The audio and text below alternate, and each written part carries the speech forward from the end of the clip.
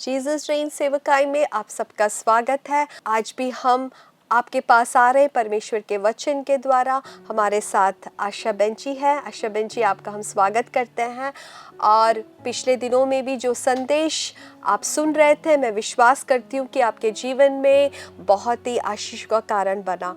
हमारे अंदर ऐसा एक सोच होता है कि हमारे जीवन में अगर हर एक क्षेत्र में हम सफल रहते हैं तभी हम एक सफल जीवन पा सकते हैं, या तभी हम सफलता की उस ऊंची श्रेणी पे पहुंच सकते हैं। लेकिन कई बार ऐसा नहीं होता। हमारे जीवन में कई बार हम फेलियर्स का सामना करना पड़ते हैं। तो आशा, आप अपने अनुभव से बोल सकते हैं कि आपका जीवन में क्या अनुभव था, किस प्रकार से प्रभु ने उस अनुभव से प्रभु ने आपको सिखाया। जी, छोटे से उम्र में मैंने यीशु को अपने जीवन में स्वीकार किया और यीशु के प्रेम में चलने के लिए पवित्र आत्मा ने मुझे मदद की। कई बातें जो बाइबल में आज जिसके बारे में प्रकाशन हमें है, उसके बारे में उस छोटी सी उम्र में नहीं था, लेकिन फिर भी एक हिम्मत था दिल के अंदर कि प्रभु है मेरे साथ, सब कुछ मेरे साथ ठीक होगा। और मेरे घर में भी मैं सबसे पहले प्रभु में आई, प्रभु में मैंने विश्वास किया। तो प्रार्थना जब मैं करती थी या फिर जब मैं वचन ज़्यादा पढ़ती थी तो मेरे माता पिता समझ नहीं पाते थे कि मैं इतना क्यों प्रार्थना करती हूँ या फिर इतना वचन क्यों पढ़ रही हूँ। और मेरे माता पिता यही चाहते थे कि मैं अच्छी तरह पढ़ाई करूँ, और वो गलत नहीं थे। हर कोई पेरेंट्स, हर कोई माता पिता यही चाहते हैं कि उन्होंने जो पढ़ाई की है उससे भी ज़्यादा उनके बच्चे पढ़े। और मैं भी पढ़ाई में अच्छी थी, मैं अच्छी तरह पढ़ती थी, और मेरे पिताजी यही चाहते थे कि मैं मेडिकल फील्ड में मैं कुछ अच्छी पढ़ाई करूं। और ऐसे समय बीतता गया और प्रभु में मैं बढ़ती गई। और जब मैं 12वीं कक्षा में जब मैं पहुंची तो मेरे जीवन का सबसे मुख्य एक समय है जहां पर ये निर्णय लेना है कि मैं क्या पढ़ने के लिए आगे जाऊं। और बहुत ही आश्चर्य की बात है, जहां शुरुआत में मेरे पिताजी मेरे जो सेवदाई करने के जो निर्णय के खिलाफ थे, लेकिन बाद में वो भी मान गई, ठीक है आशा, अगर आप सेवदाई करना चाहते तो आप जाओ और बाइबल कॉलेज में पढ़ो। और उसके लिए उन्होंने सब बहुत वो सपोर्टिव हो गए मेरे पेरेंट्स। और मैं भी बहुत खुश थी। और 12वीं कक्षा का एग्ज़ाम मैंने दिया, और लेकिन जब रिजल्ट्स आए तो मैं बिल्कुल शॉक्ड हो गई, मेरे पेरेंट्स शॉक्ड हो गए, मेरे कलीसिया के मेरे जो पास्टर है, मेरे जो आंटी है, सब लोग बहुत शॉक्ड हो गए कि मैं 12वीं कक्षा में फ़ेल हो गई।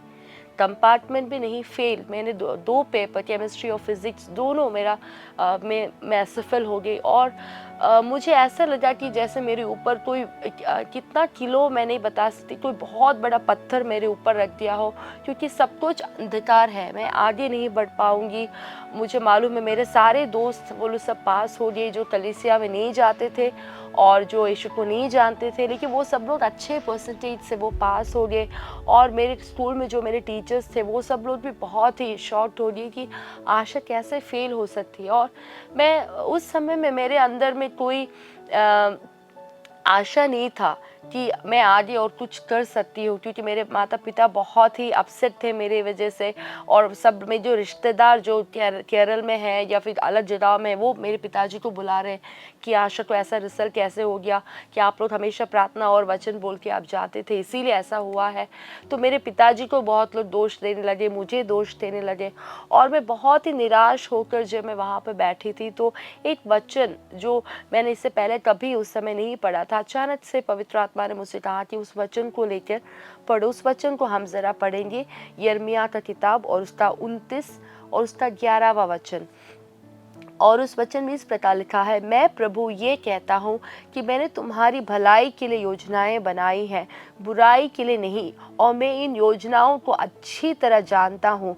मैंने तुम्हारे लिए एक सुखद भविष्य की योजना बनाई है, मैं तुम्हें एक आशा में भविष्य दूंगा। और जब इस वचन को पवित्र आत्मा ने मुझे दिखाया और मैंने जब ये पढ़ा तो मैं रोने लगी, क्योंकि मेरे आगे कोई भविष्य नहीं है, मेरे आगे कोई योजनाएं नहीं है। मेरे सारे दोस्त लोग वो आगे पढ़ने के लिए जा रहे हैं, मुझे मालूम ही नहीं कि मैं कैसे मैं इस घर में रहूँगी, मेरे पिताजी मेरे साथ क्या करेंगे, मेरे माँ मेरे साथ क्या करेगी, क्योंकि वो सब लोग बहुत शर्मिंदा थे। वो नौकरी करने वाले लोग थे, तो वो जब ऑफिस में जाते तो लोग उनसे सवाल करेंगे। तो मुझे नहीं मालूम है, अपने आप को एक कमरे के अंदर मैं बंद करके मैं बैठी रही, ये सोचते हुए कि मैं कैसे आगे बढ़ूँ।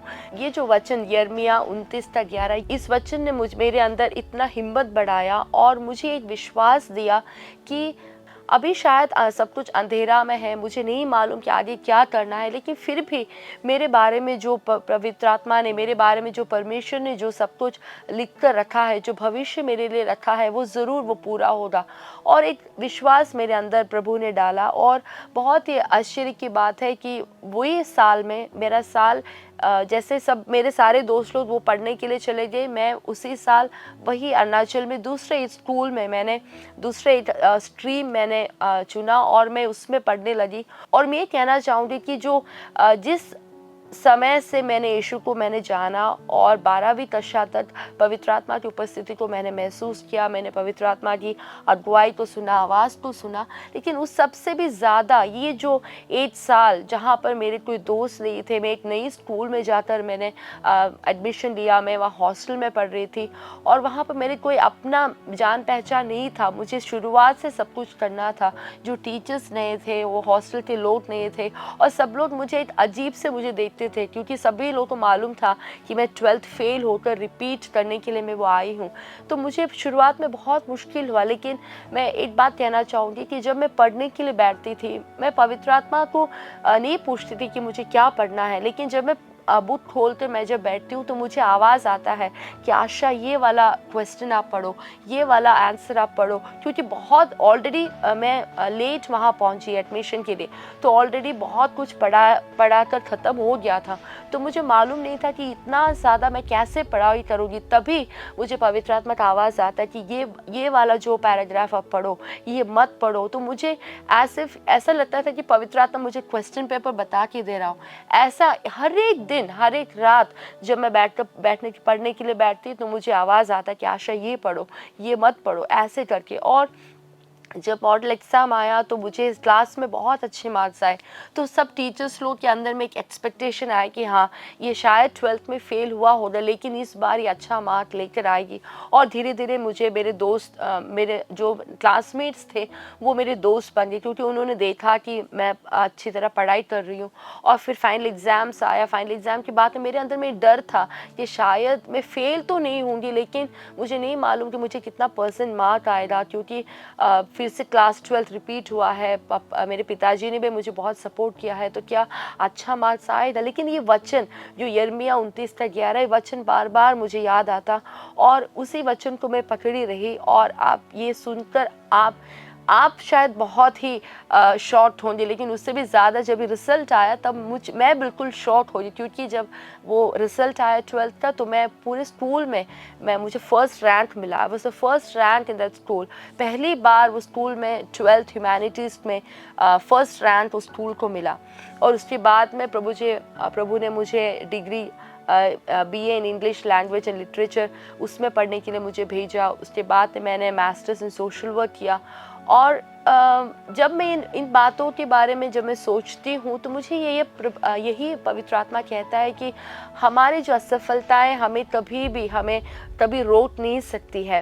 अभी जैसे कि ये साल 12th का रिज़ल्ट आया है, 10th का रिज़ल्ट आया है, या फिर आपने कोई एग्ज़ाम दिया है, एंट्रेंस एग्ज़ाम, और उसका रिज़ल्ट आया, और जो रिज़ल्ट आया है वो शायद आपके एक्सपेक्टेशन के अनुसार नहीं है, शायद आपको अच्छा सीट नहीं मिला है या फिर अच्छा रैंक नहीं आया है, तो आपको लगता है कि मेरे बारे में प्रभु नहीं सोचता है, मेरे बारे में प्रभु कुछ भी ध्यान नहीं रखता। लेकिन इस वचन में खास तौर पर लिखा है कि मैं इन योजनाओं को अच्छी तरह जानता हूँ।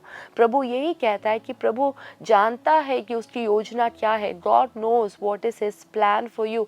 आपके जीवन के लिए, आपके भविष्य के लिए सबसे अच्छी योजना प्रभु के पास है। तो मैं यही अपने जीवन से यही कहना चाहूँगी कि जहाँ मैं एक ऐसे मोड़ पर थी जहाँ पर मुझे लगा कि सब कुछ खत्म ख़त्म हो गया है। मेरे जो दोस्त लोग थे वो मुझे नहीं बुलाते थे, मेरे टीचर्स मुझे नहीं बुलाते थे, मैं घर से बाहर निकलना नहीं चाहती थी क्योंकि सब लोग को मालूम था कि मैं फ़ेल हो गई हूँ।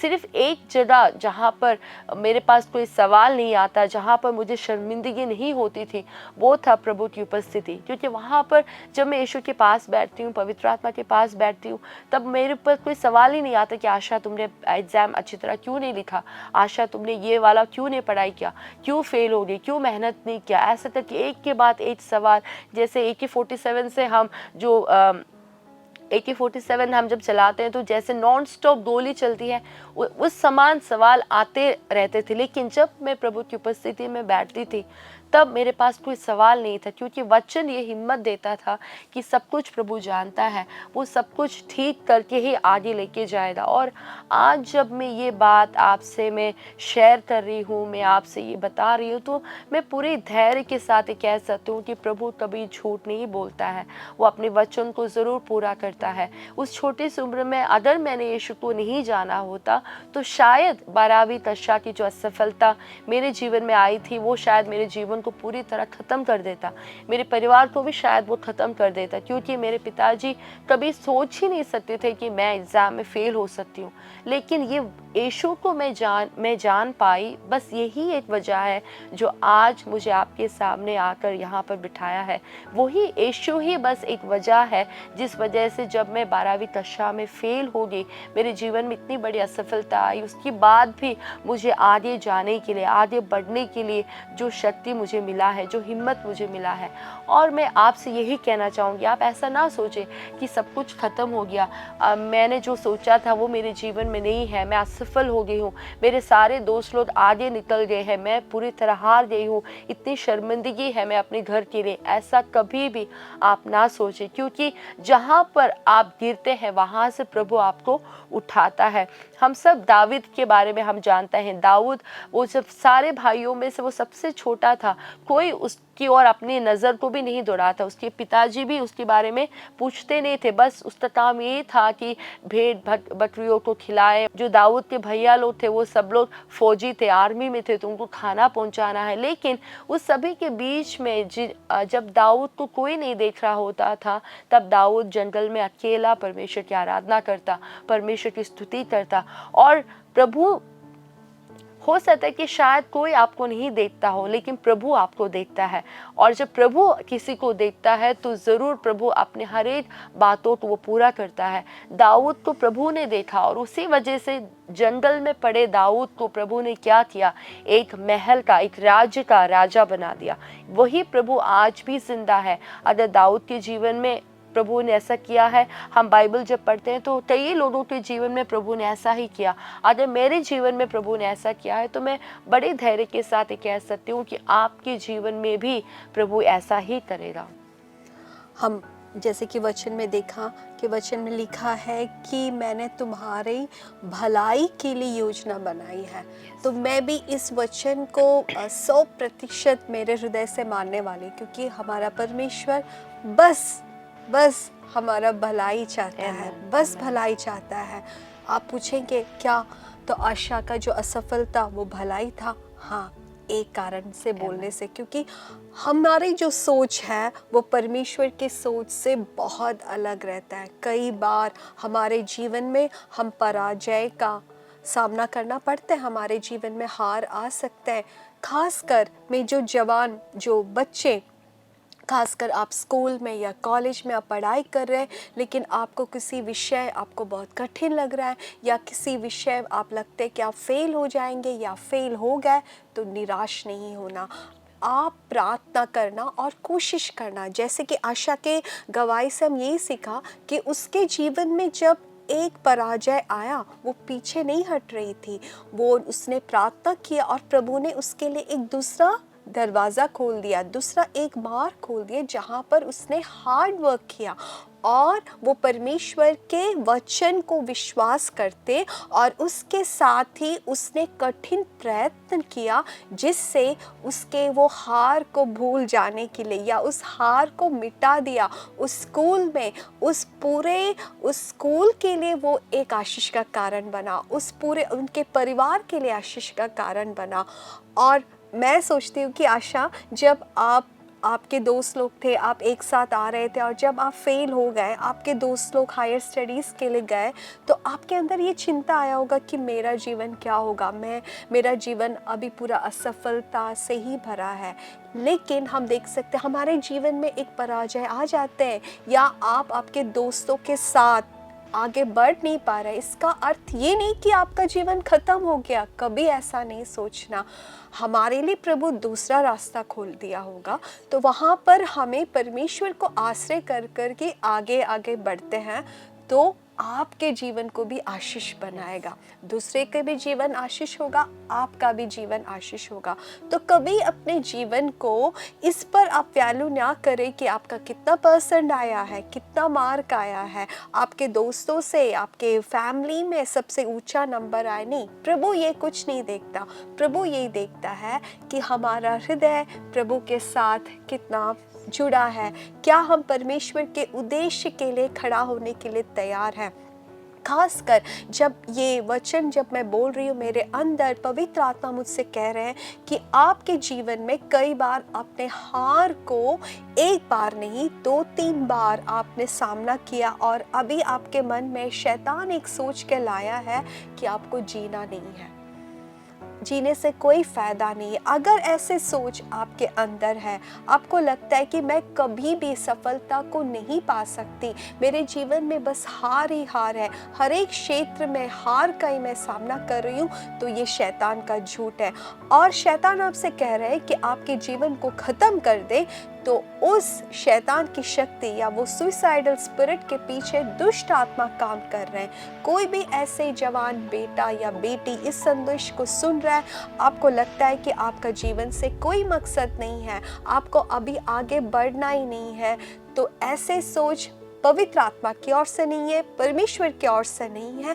आपके जीवन में हार आए, लेकिन आप परमेश्वर पर विश्वास करें, तो प्रभु का वचन जैसा लिखा है कि वो भलाई के लिए, प्रभु बस आपकी भलाई के लिए सोचता है और आपकी भलाई के लिए वो रास्ते खोल देंगे। अगर बहन आशा के जीवन में भी, उसके जीवन में बहुत बड़ा एक पराजय को उसने सामना किया, क्योंकि तब तक क्लास के टॉपर थे, वो एक अच्छा एवरेज लेवल से भी एक अच्छा स्टूडेंट थी, जिसके बारे में सबके अंदर बहुत बड़ा एक उम्मीद था। जब एक शौक के जैसे उसके जीवन में 2 सब्जेक्ट्स में जब वो फेल हो गए, हम समझ सकते हैं कि कितना बड़ा शौक होगा आशा के लिए, उनके परिवार के लिए। लेकिन उस समय भी वो टूटे नहीं, वो प्रभु पर थामे रहे, और आज उसके जीवन कितनी आशीष से भरा है, वो कितने लोगों के लिए आशीष का कारण है। इसी प्रकार आपके जीवन में भी हो सकता है आपने फेलियर्स का सामना किया या अभी कर रहे हैं। कभी हार नहीं मानना, कभी आप टूटना नहीं, कभी ऐसा नहीं सोचना कि मेरे जीवन को मैं खत्म कर दूं। नहीं, प्रभु आपके साथ है, और जैसे परमेश्वर के वचन में लिखा है, तुम्हारी भलाई के लिए योजना बनाया। यस, आप विश्वास करें कि प्रभु ने योजना बनाया है, प्रभु ऑलरेडी प्लान करके रखा है, प्लान करने वाला नहीं है। प्रभु ने आपके लिए, हाँ सिस्टर आप विश्वास करें, प्रभु ने प्लान किया है, प्रभु ने आपके बच्चे के लिए प्लान कर कर रखा है, बस आपको विश्वास करने की ज़रूरत है। तो आइए हम मिलकर प्रार्थना करेंगे। आशा हम मिलकर प्रार्थना करेंगे। ऐसे बहुत स्टूडेंट्स होंगे, ऐसे माता पिता होंगे जो अपने बच्चों के लिए प्रार्थना कर रहे हैं, और उनके जीवन में रिपीटेडली वो फेलियर्स का सामना किया और वो अभी टूट गया, उनको नहीं मालूम कि कैसे आगे जाए। तो आइए हम मिलकर, हमारे साथ आप भी प्रार्थना करें, तो प्रभु ज़रूर आपके जीवन में भी बड़े कार्य को करेगा। स्वर्गीय पिता, हम यीशु मसीह के नाम से आपके पास आते हैं। प्रभु आपके वचन के लिए धन्यवाद। आपके वचन में जैसा लिखा है कि मैं तुम्हारी भलाई के लिए योजना बनाए, हम विश्वास करते हैं परमेश्वर कि आपने हमारी भलाई के लिए आपने योजना बनाए। जितने लोग सुन रहे प्रभु, हमारे वो बहन के लिए, हमारे वो भाई के लिए प्रभु, वो यूथ के लिए प्रभु, वो बेटी के लिए प्रभु, आपने योजना बनाया, और वो योजना भलाई का योजना है प्रभु। हम प्रार्थना करते कि उनके जीवन में आपकी योजना पूरा हो जाए।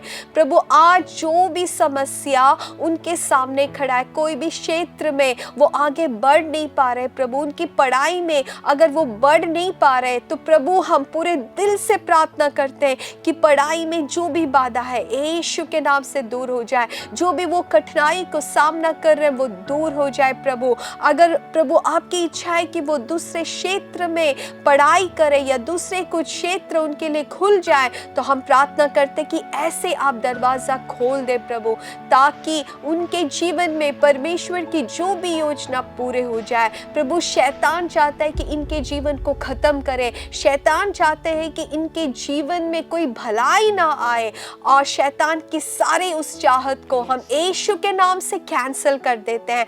इन परिवारों में प्रभु, इन व्यक्ति लोग आपके जो वचन को सुन रहे हैं प्रभु, हम प्रार्थना करते हैं कि स्वर्ग की इच्छा जो है इनके लिए, इनके जीवन के लिए, इनके बच्चों के लिए प्रभु, उनके भविष्य के लिए वो पूरा हो जाए। स्वर्ग में जो भी आपका इच्छा है वो इस धरती में पूरा हो जाए, इनके घर में पूरा हो जाए प्रभु। अगर किसी भी व्यक्ति जो इस संदेश को सुन रहा है और उनके मन में प्रभु एक सुइसाइडल थॉट है, तो उसके पीछे काम करने वाले दुष्ट आत्मा की शक्ति को यीशु मसीह के नाम से डांटते हैं प्रभु। हम प्रार्थना करते हैं कि वो सुइसाइडल थॉट से यीशु के नाम से बाहर आ जाए। ये मरने के लिए नहीं है प्रभु, ये खत्म होने के लिए नहीं है, क्योंकि जैसे हमने वचन सुना प्रभु, इनके लिए अब भलाई की योजना को बनाया है। वो भलाई की योजना में प्रभु ये व्यक्ति आ जाए, ये बहन आ जाए प्रभु, वो योजना इनके जीवन में पूरा हो जाए। हालेलुया प्रभु। जैसे हम प्रार्थना करते प्रभु, आप उनके आत्मिक आंखों को खोल दे प्रभु। हम प्रार्थना करते कि उनकी आत्मिक आंखों को खोल दे, ताकि वो आपकी उस योजना को देख सके प्रभु, ताकि आपकी आवाज को सुन सके प्रभु। प्रभु उनका दुख बोलने के लिए कोई नहीं है इस संसार में, वो कहीं नहीं जा सकते जहां पर वो जाकर अपने हृदय को बांट सकते हैं प्रभु। लेकिन प्रभु आज जब हम मिलकर प्रार्थना करते कि उनके अंदर में जो भी दुख है प्रभु, जो भी बोझ है वो निकल जाए और वो आपकी आवाज को सुन सके। आपकी आवाज, आपका वचन जो कहता है कि तुम्हारी भलाई के लिए योजना मैंने बनाया है। यस, बुराई के लिए नहीं, लेकिन परमेश्वर ने तुम्हारी भलाई के लिए योजना बनाया है। हालेलुया, धन्यवाद प्रभु। इस वचन को हम रिलीज करते हैं, उन परिवारों में रिलीज करते हैं, वो बहन के जीवन में रिलीज करते हैं, वो भाई के जीवन में रिलीज करते हैं परमेश्वर, कि उनके जीवन में भलाई आ जाए प्रभु, उनके जीवन में सफलता आ जाए प्रभु। अभी जो एग्जाम वो लिखेंगे उसमें सफलता को देख सके। पवित्र आत्मा, जैसे हमने बहन आशा की गवाही को सुना कि आप उनकी पढ़ाई में कैसे मदद करते थे प्रभु, आज भी हमारे साथ पवित्र आत्मा हमें मदद करने के लिए तैयार है। आज से प्रभु आपके बच्चे जब प्रार्थना करें, आपके बच्चे जब पढ़ाई करेंगे, पवित्र आत्मा वो आपको महसूस करने पाए, आपकी आवाज को सुन पाए, उनकी पढ़ाई में भी पवित्र आत्मा आप कैसे उनको मदद करते हैं प्रभु, वो अनुभव करने पाए प्रभु जी। जैसा एक टीचर अपने टीम स्टूडेंट के साथ बैठ के पढ़ाता है, उसी प्रकार इन बच्चों को आप सिखाए, इन बच्चों को आप पढ़ाए प्रभु। हमारे ऐसे बहन लोग हैं, ऐसे सिस्टर्स है प्रभु, ऐसे यूथ है जो बस्ती में है प्रभु, उनको अच्छा ट्यूशन सेंटर नहीं है, उनको अच्छा स्कूल नहीं, उनको अच्छा कोचिंग नहीं है, लेकिन हम विश्वास करते हैं पवित्र आत्मा आप तैयार है उनको मदद करने के लिए प्रभु। उन बच्चों के लिए प्रार्थना करते हैं जो हृदय से चाहते हैं कि उनकी पढ़ाई में सफलता हो, उनकी बुद्धि को खोल दे, उनकी याददाश्त को खोल दे, ताकि जो बातें वो पढ़ते हैं प्रभु उसको अच्छी तरीके याद कर सके, अच्छी तरीके से प्रभु वो लिख सके प्रभु। उनको मदद करे, उनके जीवन में जो भी पराजय को यीशु के नाम से हम कैंसिल करते हैं, उनके लिए प्रभु सफलता के रास्तों को आप खोल रहे, इसके लिए धन्यवाद। इस वचन के शक्ति को हम यीशु के नाम से रिलीज करके प्रार्थना करते हैं प्रभु। ऐसे माता पिता जो अपने बच्चों के लिए चिंतित है, व्याकुल है, अपने बच्चों के लिए प्रभु बहुत ही दुखित है, हम प्रार्थना करते हैं कि उनके हृदय में आज ये वचन काम करने पाए, ताकि वो विश्वास के साथ बोल सके कि हाँ मेरे प्रभु मेरे बच्चों के लिए भलाई की योजना आपने बनाया है, और उनके मुंह से और शाप शाप ना निकले, Yes. बच्चे को देकर और शाप ना दे, लेकिन इस वचन को रिपीटेडली वो कन्फेस करने पाए। जब इस वचन को अपने बच्चों के ऊपर वो कन्फेस करते हैं, वहां पर बड़ा आश्चर्य कर्म को वो देखने पाए। प्रभु आपके हाथों में सौंपते प्रभु, इन सब के जीवन में आपकी बड़ी सफलता को आप भेज रहे, धन्यवाद देते। जो जो क्षेत्रों में इनका पराजय हुआ, वहां पर आप इनको सफलता दे रहे, इसके लिए धन्यवाद। प्रार्थना सुनने के लिए धन्यवाद, यीशु मसीह के नाम से मांगते हैं, आमीन। बहुत बहुत धन्यवाद, हमारे साथ आप जुड़े रहे। वचन बहुत ही आपके लिए आशीष था, मैं विश्वास करती हूँ। मैं आपको याद दिलाना चाहती हूँ, हर सुबह 4 बजे से 5 बजे तक हमारा टंग्स में प्रेयर होता है, वो जूम प्लेटफॉर्म पर होगा। आप अभी स्क्रीन में वो आईडी और पासवर्ड देख सकते हैं, उस पे आप ज्वाइन कर सकते हैं। और उसी जूम प्लेटफॉर्म पर हर बुधवार रात 11 बजे से 2 बजे तक हम भारत की बेदारी के लिए प्रार्थना करते हैं। भारत के कई क्षेत्रों से, अन्य अन्य देशों से परमेश्वर के जन मिलकर हम प्रार्थना करते हैं। आपका भी बड़ा एक अवसर आपको मिल रहा है कि आप भी हमारे साथ जुड़े और बेदारी के लिए प्रार्थना करें। और आप चाहते हैं कि आपके व्हाट्सएप में मॉर्निंग मैसेज आपको इंग्लिश में मिले, तो अभी आप स्क्रीन पर आपको एक नंबर दिखेगा, उस नंबर पर आप एक मैसेज भेजिए कि आपको इंग्लिश मैसेज चाहिए डेली, तो आपको वो भी हम भेज देंगे। बहुत बहुत धन्यवाद। प्रभु आप सबको आशीष दे।